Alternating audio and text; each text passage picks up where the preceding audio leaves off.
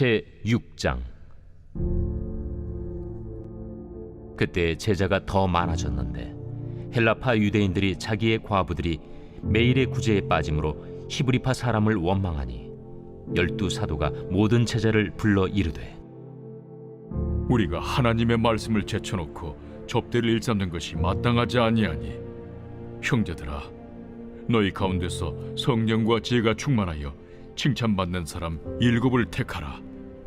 우리가 이 일을 그들에게 맡기고 우리는 오로지 기도하는 일과 말씀 사역에 힘쓰리라. 온 무리가 이 말을 기뻐하여 믿음과 성령이 충만한 사람 스데반과 또 빌립과 브루고로와 니가노르와 디몬과 바메나와 유대교에 입교했던 안디옥 사람 니골라를 택하여 사도들 앞에 세우니 사도들이 기도하고 그들에게 안수하니라. 하나님의 말씀이 점점 왕성하여 예루살렘에 있는 제자의 수가 더 심히 많아지고 허다한 제사장의 무리도 이 도에 복종하니라. 스데반이 은혜와 권능이 충만하여 큰 기사와 표적을 민간에 행하니 이른바 자유민들, 즉 구레네인, 알렉산드리아인, 길리기아와 아시아에서 온 사람들의 회당에서 어떤 자들이 일어나 스데반과 더불어 논쟁할세 스데반이 지혜와 성령으로 말함을 그들이 능히 당하지 못하여 사람들을 매수하여 말하게 하되, 이 사람이 모세와 하나님을 모독하는 말을 하는 것을 우리가 들었노라. 백성과 장로와 서기관들을 충동시켜 와서 잡아가지고 공회에 이르러 거짓 증인들을 세우니, 이 사람이 이 거룩한 곳과 율법을 거슬러 말하기를 마지 아니하는도다. 그의 말에 이 나사렛 예수가 이곳을 헐고 또 모세가 우리에게 전하여 준 규례를 고치겠다 함을 우리가 들었노라. 공회 중에 앉은 사람들이 다 스데반을 주목하여 보니 그 얼굴이 천사의 얼굴과 같더라. 오늘 사도행전 6장에는 초대교회가 최초로 7 집사를 세운 것에 대한 내용을 전하고 있습니다. 우리 교회도 2주 전에 임원 임명 예배를 통해 집사님과 검사님을 세우게 되었고 함께 기쁨을 나누게 되었는데요. 집사라고 하면 일반적으로 교회라는 제도적인 측면에서 직분을 연상하기 때문에 저희들의 생각 속에서는 일종의 서열 혹은 계급으로 쉽게 인식하고 이해하곤 합니다. 그러나 신약 성경에 기록된 헬라어 디아코노스는 본래 그런 의미가 아닙니다. 이 디아코노스는 신약 성경에 자주 등장하는데 이 단어를 집사로 번역한 것은 3곳뿐이고 대부분 일꾼, 수종자, 섬기는 자, 사환, 하인 등으로 번역되었습니다. 다시 말해 집사가 우리가 생각하는 그런 직책이나 계급이 아니라 일꾼이나 하인처럼 누군가를 섬기는 사람을 일컫는 말이라는 것입니다. 초대교회가 집사를 세우게 된 동기를 자세히 보면 이에 대한 분명한 이해가 생길 것입니다. 1절 말씀에서 집사를 세우게 된 동기가 무엇인지 밝히고 있습니다. 그때의 제자가 더 많아졌는데 헬라파 유대인들이 자기의 과부들이 매일의 구제에 빠짐으로 히브리파 사람을 원망하니. 자세히 설명드리자면 히브리파 유대인인 사도들이 매일 행하는 구제에서 헬라파 과부들을 제외시키는 실수를 저질렀는데 이것에 대해 헬라파 유대인들이 이 일을 제기한 것입니다. 이것이 집사 선출의 동기였습니다. 히브리파 유대인들은 뭐고 헬라파 유대인들은 뭡니까? 헷갈릴 수 있겠는데요. 이렇게 이해하시면 될 것 같습니다. 초대교회에는 크게 2 부류의 유대인들이 있었습니다. 원래 하나의 왕국이었던 이스라엘이 아수르와 바벨론에 의해 흩어지지 않았습니까? 소위 이들을 디아스포라 유대인이라고 부릅니다. 그런데 이 디아스포라 유대인들은 자신의 모국어인 히브리어가 아니라 기원전 300년경부터 국제 통용어로 사용되었던 헬라어, 즉 그리스어를 자연스럽게 모국어로 사용하게 되었습니다. 이와 다르게 이스라엘을 떠나지 않았던 유대인들은 계속해서 히브리어를 사용했겠지요. 그런데 디아스포라 유대인들이 이런저런 이유로 다시 이스라엘에 돌아와 같이 살게 되면서 혈통은 같지만 언어가 다른 헬라파 유대인과 히브리파 유대인들이 함께 어울려 살게 된 것입니다. 이 가운데 오늘의 문제가 발생한 것입니다. 아까도 얘기했지만 히브리파 유대인인 사도들이 헬라파 과부들을 구제 명단에서 제외시켰던 것입니다. 그들 히브리파 유대 사도들은 디아코노스의 때처럼 그들을 섬기라고 하나님께서 세우셨건만 그들은 섬김의 대상에서 헬라파 과부들을 제외하는 큰 실수를 범하고 말았던 것입니다.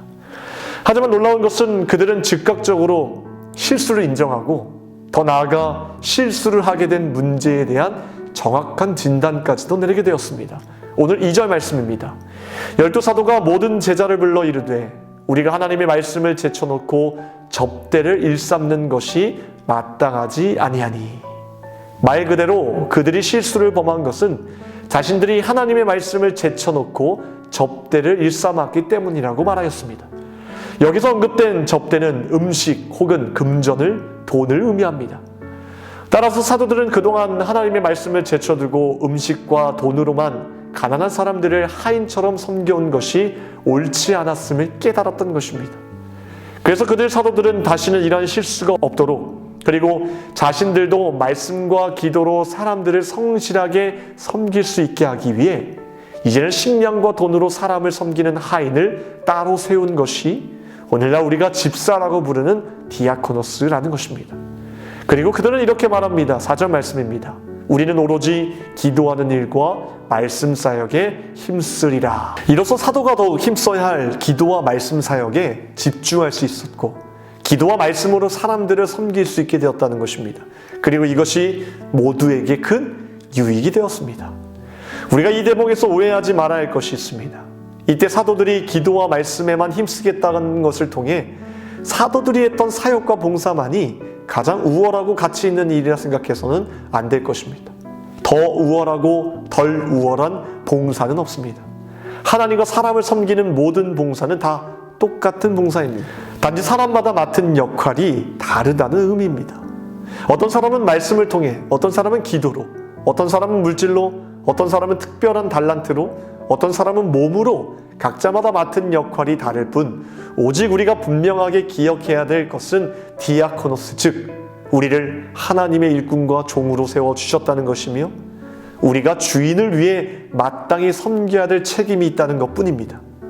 무슨 일을 하든 이것에 대한 명확한 중심이 없으면 우리는 언제든 교만해질 수 있고 언제든 쓰러질 수 있습니다. 하나님의 의가 아니라 자신의 의를 언제든 드러낼 수 있다는 것입니다. 그래서 사도 바울은 영적 전심갑주로서 첫 번째 무기인 진리의 허리띠를 차라고 얘기하고 있는지도 모르겠습니다. 진리의 허리띠를 차지 않고 삐딱한 자세로 서 있다가는 순간 나를 흔드는 대적자를 만나게 될 때 망하는 것은 자기 자신뿐이라는 겁니다. 우리는 삐딱한 자세로 날 한번 건드려봐라, 내 약점을 한번 건드려봐라, 내가 부당하다고 생각하는 거 건드려봐라, 나의 억울함을 건드려봐라, 나한테 한번 걸려봐라 라는 삐딱한 자세로 늘 분노와 불화 속에서, 그리고 두려움 속에서 살 것이 아니라 예수님처럼 늘 섬김의 자세로 언제든 어디서든 주님의 명령에 순종할 준비를 해야 될 것입니다. 어떤 사람들은 이렇게 질문할 수 있을 것 같습니다. 왜 우리는 평생을 그렇게 낮은 자세로, 섬김의 자세로 살아가야 됩니까? 부당한 거 아닙니까? 우리가 왜 하인이 되어야 할까? 이 질문에 대한 예수님의 답입니다. 마태복음 20장 28절 말씀, 인자가 온 것은 섬김을 받으려 함이 아니라 도리어 섬기려 하고 자기 목숨을 많은 사람의 대속물로 주려 함이니라. 예수님께서 이 땅에 오신 목적도 이 한 가지로 귀결됩니다. 많은 사람들을 살리시기 위해 내가 친히 하인이 되겠다는 것입니다. 우리가 예수님의 제자임을 드러내는 길은 우리가 주님의 종이 되어 사람들을 섬길 때만 드러낼 수 있고 예수님의 제자라 일컬음을 받을 수 있습니다. 사랑하는 성도 여러분, 주님을 섬기는 일에 기쁨으로 동참하시길 바랍니다. 동참할 때 우리는 비로소 주님과의 관계도 깊어지게 될 것이고 그로 인해 그분께 살아갈 힘을 얻게 될 것입니다. 기도하겠습니다.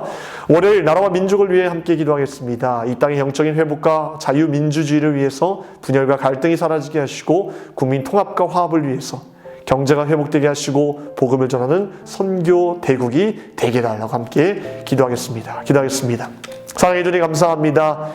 예수님처럼 언제나 어디서든 섬김의 자세로 낮은 모습으로 주님께 영광 돌리기를 원합니다. 우리에게 허락하신 그 은혜 귀한 것으로 여기게 하시고 그 귀한 은혜를 갚기에 늘 부족하지만 늘 하나님의 영광을 위해 우리가 썩어지고 녹아지는 인생 될 수 있도록 주님 붙들어 주시고 인도하여 주시옵소서. 이 나라와 민족 주님 손에 달려있는 줄 믿사오니 주님께서 회복시켜 주시고 인도하여 주시옵소서. 세우신 교회와 주의 사장 목사님 날마다 강건하게 붙들어 주시며 선포하시는 말씀마다 회복과 치유의 역사를 이루어 주시옵소서. 모든 것 감사드리오며 우리를 원하신 예수 그리스도의 이름으로 기도합나이다.